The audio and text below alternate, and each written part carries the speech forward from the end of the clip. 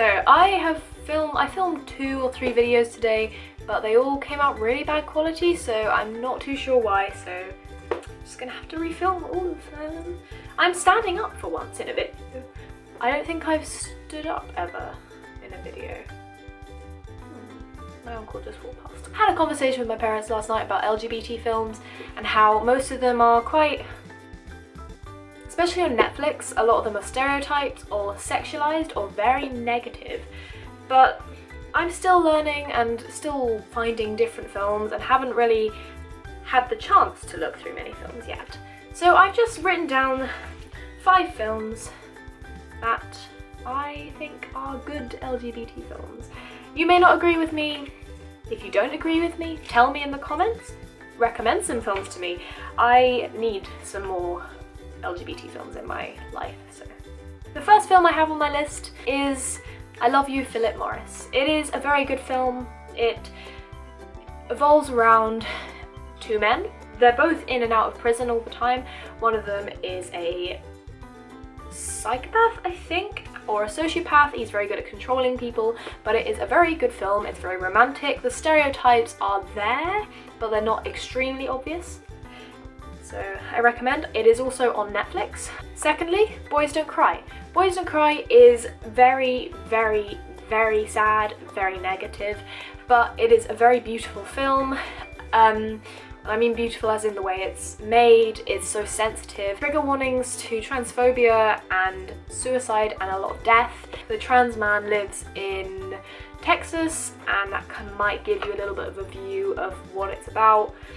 It's all about his relationships between his friends, and I haven't seen it in a long time, so I can't really remember the full story, but it's very good, very, very good. Thirdly, Gay Best Friend, or GBF. It's also on Netflix. It is the most stereotypical cult gay movie you can find, but it is so good. I love it so much. The main theme is 2 not out gay men, gay boys, teenagers in school, in high school.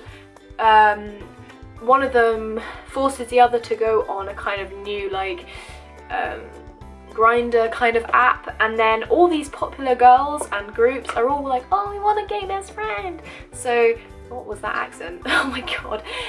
They go on to Grindr and they find him, and then it's all about his relationships with his friends as the girls take over his life and force him to be a stereotypical gay man. So 4th, it's my favourite film.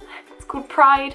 It is so good. I've seen it 3 times and I only watched it for the first time this year. It is so good. It's based on a true story on a group of protesters kind of thing called Gay and Lesbian Support the Minors.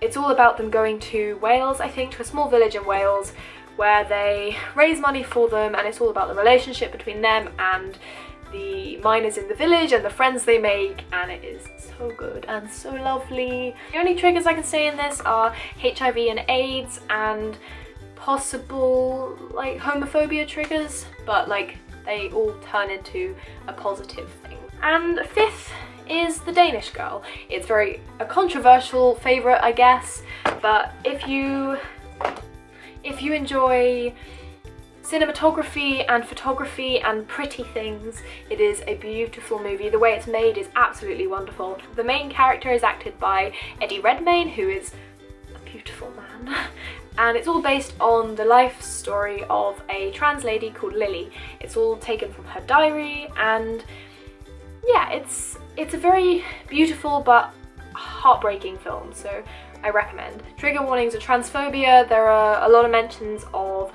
I don't remember what the name of the therapy was, but a therapy that used to be given to homosexual men when they wanted to change them back or whatever. It's a great film. I really recommend. If you have any, please do recommend them down below. I need more to watch, so it's good. Comment, subscribe, like, share, because please. Watch my Summer in the City videos if you haven't seen them already. I'm very happy with how they turned out, so yeah, just, you know, have a float around my channel if you want to, if you're new here. If you're not, hello again. I hope you enjoyed this video. I hope it was interesting of some sort. Bye!